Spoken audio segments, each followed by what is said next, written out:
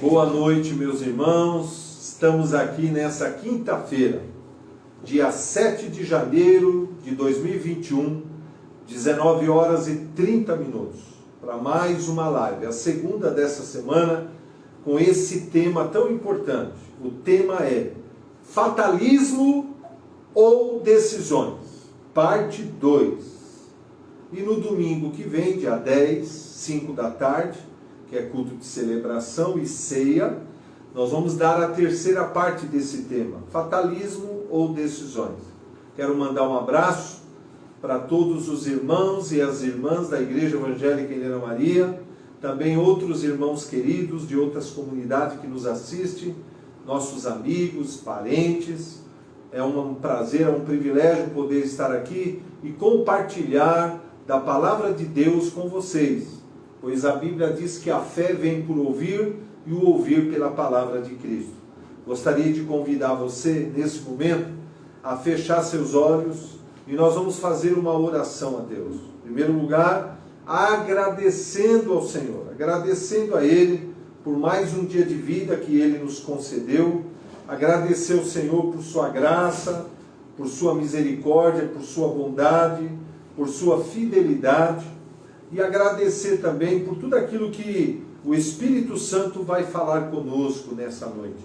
Tenho certeza que tudo aquilo que vai ser ministrado nessa noite, por parte da palavra de Deus, revelado pelo Espírito Santo aos nossos corações, vai edificar a nossa fé, vai nos fortalecer espiritualmente e vai trazer um conforto, um fortalecimento a cada um, tá bom? Abre o teu coração, vamos orar. Pai querido, Pai glorioso, Pai bendito, em nome do teu Filho Jesus, eu quero aqui nessa noite te agradecer, Senhor, te agradecer pelo teu grande amor, te agradecer pela tua bondade, te agradecer pela tua fidelidade e pedir ao Senhor que abençoe essa live, abençoe esse momento que nós vamos passar juntos, Pai. Que o Senhor venha falar ao coração de cada um, fortalecendo a fé, derramando do teu amor, derramando da tua graça, das tuas bênçãos, derramando de uma unção preciosa, a unção do Espírito, Pai. Usa a minha vida, me dando sabedoria, graça, unção e ousadia. E confirma a tua palavra, Pai, realizando sinais e maravilhas. Em nome de Jesus, amém e amém. Glória a Deus. Olha, vamos lá então. Eu quero primeiro fazer uma recapitulação de terça agora, dia 5, que nós demos a primeira parte desse assunto. Fatalismo ou decisões? Nós lemos Isaías 55, verso 8 e 9, onde Deus diz: meus pensamentos não são os vossos pensamentos, por isso os meus caminhos não são os vossos caminhos, diz o Senhor. E aí nós falamos também, que o segredo para você ter vitória na vida cristã, para você ser bem-sucedido na sua vida, é pensar como Deus pensa, começar a ver as coisas como Deus vê, é ter uma mudança de mentalidade. Por isso que Oséias 4:6 diz: meu povo está sendo destruído por falta de conhecimento. Lemos também Provérbios 3, que diz: confia no Senhor de todo o teu coração, não se apoie no seu próprio entendimento, reconhece Deus em todos os teus caminhos, e Ele endireitará os teus caminhos, e você não seja sábio aos teus próprios olhos. Efésios 4, do 17 ao 24, diz que nós não devemos mais andar como andam os gentios, como anda o ímpio. Como é que o ímpio anda? Na vaidade dos seus próprios pensamentos, obscurecidos de entendimento, separados da vida de Deus por causa da ignorância acerca da palavra de Deus. Então ele nos exorta a renovar o nosso entendimento, o espírito do nosso entendimento. Mateus 22, 29, Jesus diz: errais não conhecendo as Escrituras e nem o poder de Deus. Romanos 12, 2, Paulo diz: não se conforme com este mundo, mas transformai-vos pela renovação da vossa mente, para que experimenteis qual seja a boa, agradável e perfeita vontade de Deus. João 16,13, né? Quando vier o Espírito da verdade, Jesus diz, ele vos guiará a toda a verdade e nos ensinará todas as coisas. Também eu quero que nós falamos terça-feira, em cada assunto, em cada aspecto da nossa vida, nós temos respostas, nós temos sabedoria, nós temos conselho de Deus e resposta para todas as questões e indagações dessa vida. Por isso que Jesus diz em João 8,32, e conhecereis a verdade, e a verdade vos libertará. Provérbios 11,9, o justo é liberto pelo conhecimento. Salmos 107,20, Deus enviou a sua palavra para nos sarar e livrar da destruição. Também Provérbios, Salmos 119, verso 130, a revelação da palavra esclarece e dá entendimento para as pessoas simples. Então, em qualquer assunto ou em qualquer problema ou aspecto da vida, nós temos respostas, nós temos conselho, nós temos sabedoria de Deus. E acerca desse assunto, nós vamos começar a entrar agora. Fatalismos ou decisões. Então, nós vamos primeiro falar sobre a soberania de Deus. Um dos assuntos mais mal compreendidos no meio cristão é a respeito da soberania de Deus. Eu não vou ler os textos, porque são longos, mas eu vou dar para você ler em casa, tá? 2 Crônicas, capítulo 20, verso 6, na oração que o rei Josafá fez, quando ele estava sendo atacado por nações inimigas. Então ele exalta a Deus, ele glorifica a Deus. E ele fala sobre a soberania de Deus. É linda essa oração. Leia ela inteira. Isaías 43, verso 13, também fala do poder soberano de Deus em executar a sua vontade. E no Salmo 139 também fala das grandezas de Deus, da sua soberania. Então, eu quero ministrar para você uma palavra hoje sobre a soberania de Deus. Deus, ele tem muitos atributos, que distingue ele dos seres humanos. Só ele tem esses atributos. Primeiro, Deus é onipotente. O que quer dizer onipotência? Ele tem todo o poder, todo o poder. Segundo, Deus é onipresente. O que significa onipresente? Ele está em todo lugar simultaneamente. Deus não está limitado a uma área geográfica como nós. Nós, seres humanos, somos limitados. Nós não podemos estar em todos os lugares ao mesmo tempo. Deus não, Deus é onipresente, além de ser onipotente. Deus tem um terceiro atributo, ele é onisciente. Onisciente significa que ele tem todo o conhecimento. Deus sabe tudo, tudo, tudo. Nada está oculto à mente e ao coração de Deus. Deus sabe de tudo, tudo, tudo, tudo. E esse Deus que é onipotente, onipresente, onisciente, ele também é soberano. Ele tem esse atributo chamado soberania. Eu vou definir para você, com algumas palavras simples, mas de fácil compreensão, o que significa soberania. Primeiro, soberania é a capacidade que Deus tem de executar a sua vontade, executar o seu propósito, sem que ninguém possa impedir. Olha só que interessante. Segundo, Deus é soberano em todo o universo, em todo o universo. Terceiro, não há ninguém em todo o universo capaz de impedir que a vontade soberana de Deus seja realizada.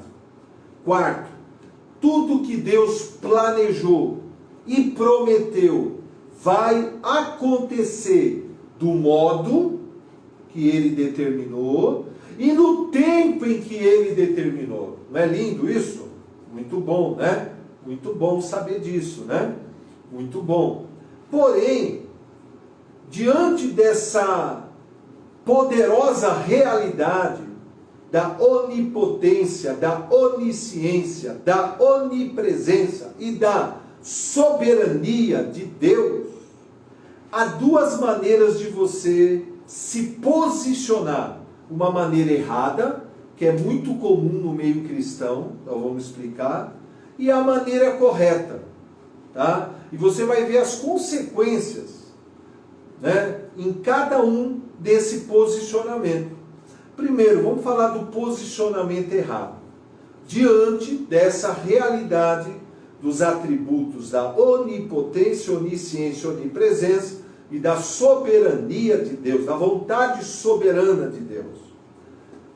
Então, muito cristão raciocina da seguinte maneira: sendo Deus soberano sobre todo o universo, tudo que Ele prometeu, tudo que Ele planejou para a minha vida, irá acontecer da forma e no tempo em que Ele determinou, por sua vontade soberana. Muitos pensam assim.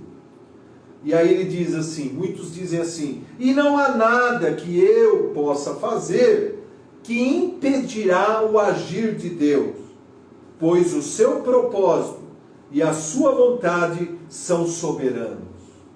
Olha só, veja bem. Agora, quero chamar a sua atenção. Essa forma de pensar e de se posicionar está incorreta por algumas razões que eu vou dar agora para você. Eu sei que é muito bonito pensar assim, e parece que biblicamente está correto, mas eu vou te dar algumas argumentações, algumas razões pelas quais essa maneira de se posicionar em relação à soberania de Deus, na sua vontade, está errada. Primeiro, porque essa maneira de se posicionar transfere toda a responsabilidade para Deus. Entendeu? Transfere tudo para Deus. Se aconteceu um milagre, é porque era a vontade soberana de Deus. Se não aconteceu, porque também Deus não quis fazer. Se Deus salvou, é porque aquela pessoa era uma escolhida de Deus. Se Deus não salvou e a pessoa morreu sem a salvação, porque ela não era uma escolhida de Deus. Olha como é perigoso isso. Segunda razão porque essa maneira de se posicionar está errada: nos isenta da responsabilidade de praticar e obedecer os princípios de Deus. Eclesiastes 8,5 é claro: quem guarda o mandamento não experimenta nenhum mal. E Romanos 6,23 é claro: o salário do pecado é a morte. Inclusive, em Marcos capítulo 9, aquele pai do menino com ataque epilético, ele chega para Jesus desesperado e diz, se o Senhor pode, sara meu filho, cura meu filho. Aí Jesus diz para ele, se podes, ponto de exclamação. Aí Jesus olha para o pai e diz, olha, tudo é possível ao que crê. E então o pai cai em si, sabendo da dificuldade que ele tinha, de crer realmente, de coração, no milagre. Ele diz, Senhor, ajuda na minha incredulidade, me perdoa pela minha falta de fé, ajuda na minha incredulidade. E Jesus, por misericórdia, cura o menino. Outra coisa, pensar dessa forma nos isenta da responsabilidade de exercer a nossa fé sobre as promessas de Deus para que o milagre aconteça.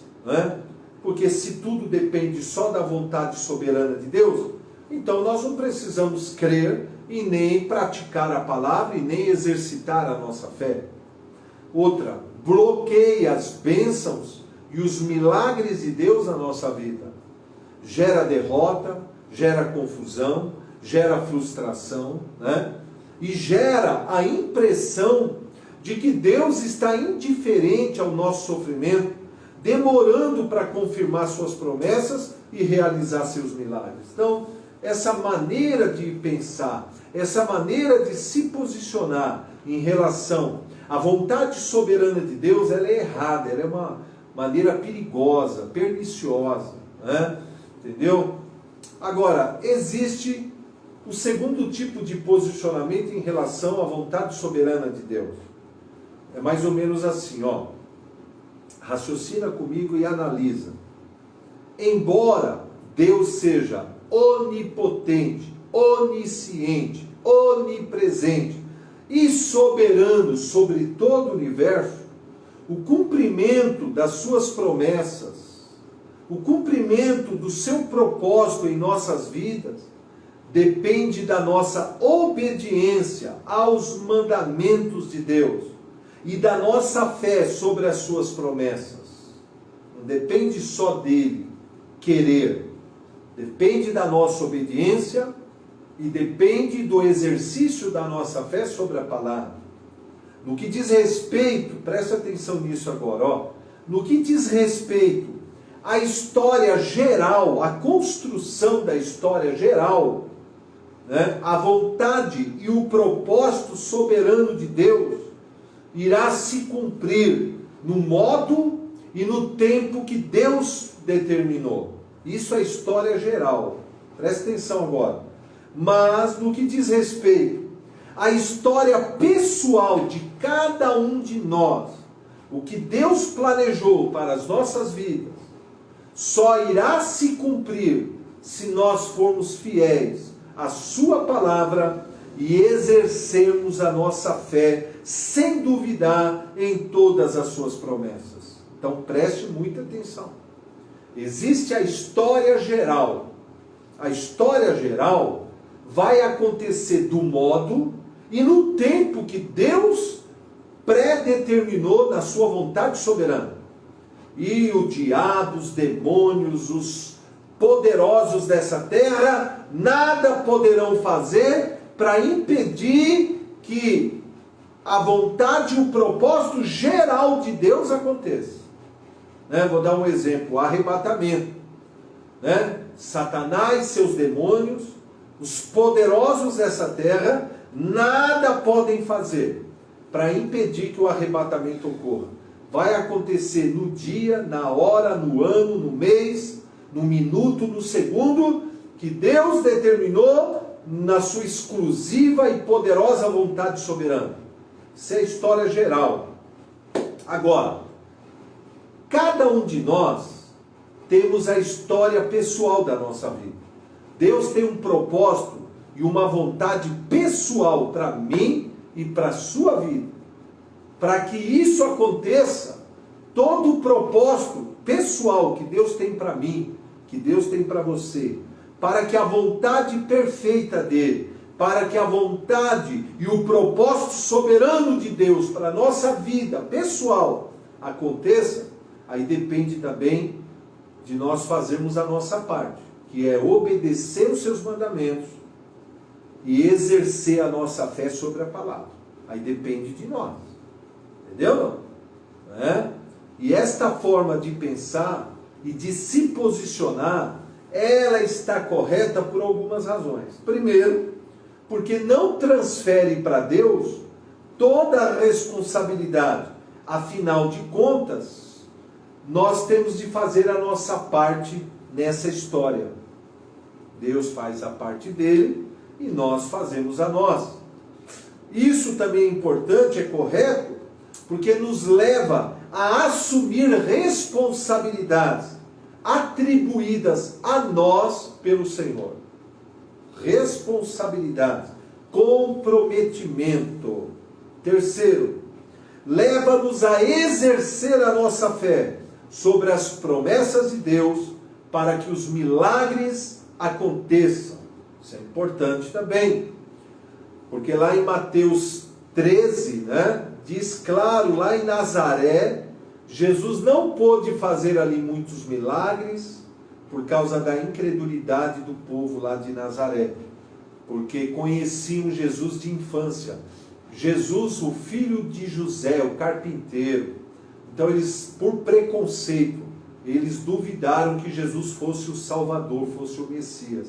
E Jesus teve que ir embora dali, por causa da incredulidade e por preconceito. Olha só. Essa maneira também ela está correta porque ela desbloqueia as nossas orações e as bênçãos de Deus são derramadas sobre as nossas vidas. Geram vitórias, crescimento e muita alegria espiritual. Produz o crescimento da nossa fé e mostra que Deus está disposto a confirmar as suas promessas e realizar muitos milagres em nossas vidas e nas nossas circunstâncias. Você está entendendo? Não? Preste muita atenção nisso. Preste muita atenção nisso. Vou repetir. O fato de Deus ser onipotente, o fato de Deus ser onisciente, o fato de Deus ser onipresente, o fato de Deus ser soberano na execução da sua vontade e do seu propósito, não nos isenta da responsabilidade no que diz respeito à nossa vida pessoal, à nossa história pessoal, a vontade e o propósito pessoal de Deus para cada um de nós, de obedecer a palavra, submeter à vontade de Deus e exercer a nossa fé sobre a palavra. Tá bom? Isso é importante, por isso eu quero ensinar uma frase para você dentro desse assunto importante sobre a soberania. Olha, nós não podemos, grave essa frase, nós não podemos obrigar Deus a fazer aquilo que Ele não quer, mas podemos impedir que Deus realize na nossa vida tudo aquilo que Ele deseja realizar e confirme na nossa vida todas as promessas que Ele quer cumprir. Podemos. Quando nós desobedecemos aos seus mandamentos, somos rebeldes, somos obstinados de coração ou mostramos incredulidade em relação à palavra. Tudo isso atrapalha a execução da vontade soberana de Deus. Tudo isso atrapalha. Isso na questão pessoal.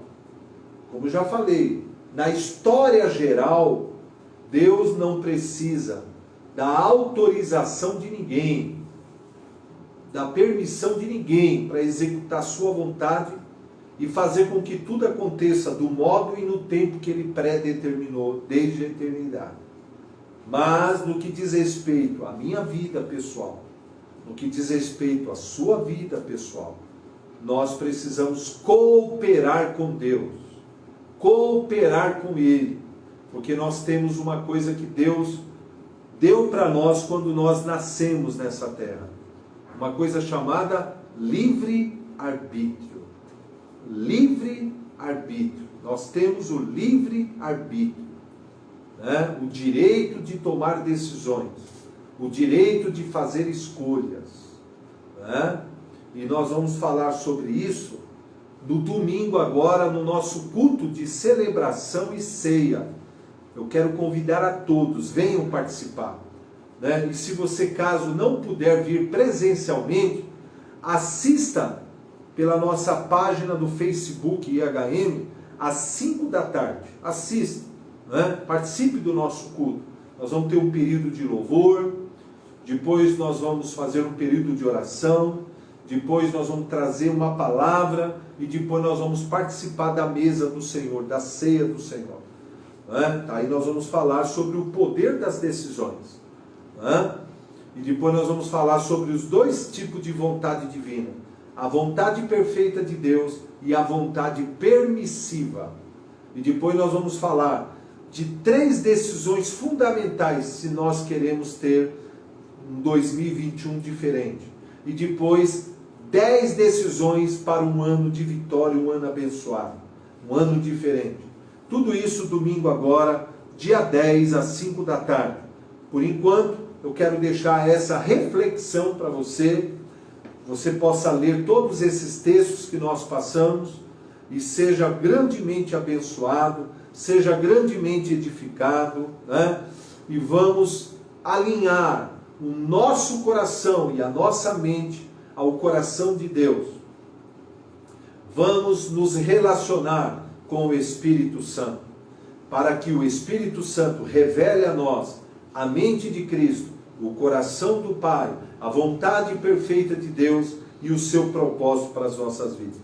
Que Deus abençoe você, que Deus abençoe a sua família, que Deus nesse ano de 2021 proteja você e a sua família, né? Agora, faça a sua parte, isso é muito importante, porque Provérbios diz assim, que o homem prudente, quando ele é avisado do mal, ele se esconde, ele se protege. Mas a Bíblia diz, mas o imprudente passa desapercebido e sofre a pena. Então que isso sirva de alerta para nós. Tome muito cuidado, né? Faça tudo o que for possível para você não ser contaminado com esse vírus. Agora, caso você comece a ter alguns sintomas, né, que aponte para essa contaminação, não espere muito tempo, né? Infelizmente, muita gente está perdendo a vida, porque quando os sintomas começam a aparecer, a pessoa vai lá, toma um remédio lá, ela se automedica e fica 1, 2, 3, 4, 5, 6, até 7 dias em casa lá, né, se automedicando, e aí os sintomas vão se agravando, o vírus vai tomando conta do pulmão, e a pessoa só cai na real, ela só cai em si, quando ela já não consegue mais respirar. E aí ela perde o paladar, não consegue respirar, começa a se sentir sufocado. Aí ela vai às pressas para o médico fazer uma tomografia e infelizmente chega lá a triste constatação que mais de 70% do pulmão já foi tomado. E aí é só um milagre para salvar essa vida. Que aí tem que ir para máscara de oxigênio, muitas vezes tem que até entubar, né? E muitas vezes a pessoa acaba perdendo a vida se ela já tem uma diabetes, se ela já tem uma comorbidade no seu organismo, uma fragilidade no seu sistema de imunidade. Então, eu quero aqui exortar você, em nome de Jesus. Deus faz a parte dele, sim, mas não deixe de fazer a sua. Seja prudente, tome todo o cuidado, tá bom? Deus abençoe a todos. Eu quero fazer uma oração. Amém? Abre o teu coração, una a tua fé com a minha. Pai celestial, Pai glorioso, Pai bendito, eu quero aqui te agradecer, Senhor. Te agradecer pela rica oportunidade que o Senhor nos concede de ministrar essa palavra. E eu sei que a tua palavra é viva. Eu sei que a tua palavra é eficaz. Eu sei que a tua palavra não volta vazia, mas cumpre o seu propósito. Pai, abençoe a todos que estão nos assistindo nessa hora. O Senhor conhece o coração de cada um. O Senhor conhece a necessidade de cada um. O Senhor conhece a dor, a luta de cada um. Que o Senhor venha derramar do teu amor em cada coração. Derramar da tua paz, do gozo do Espírito Santo, da consolação do Espírito Santo. Que o Senhor venha, Pai, levantar aquele que está caído, curar aquele que está enfermo. Que o Senhor venha trazer vida, Pai, trazer esperança, fortalecer a fé, derramar das tuas bênçãos sobre cada um. Traz salvação, traz cura, traz libertação. Confirma a tua palavra, Pai. Envia teus anjos ministradores. Pai, eu abençoo a todos, que eles tenham uma noite abençoada, o sono do justo, a paz de Cristo possa reinar em cada um. Eu te abençoo, em nome de Jesus, amém e amém. Ó, um beijo no coração dos irmãos, um grande abraço, medita, compartilha, dê um curtir e compartilhe esse vídeo para nós abençoarmos mais pessoas que estão aí nas redes sociais. E até domingo que vem, às 5 da tarde. Um abraço aos irmãos.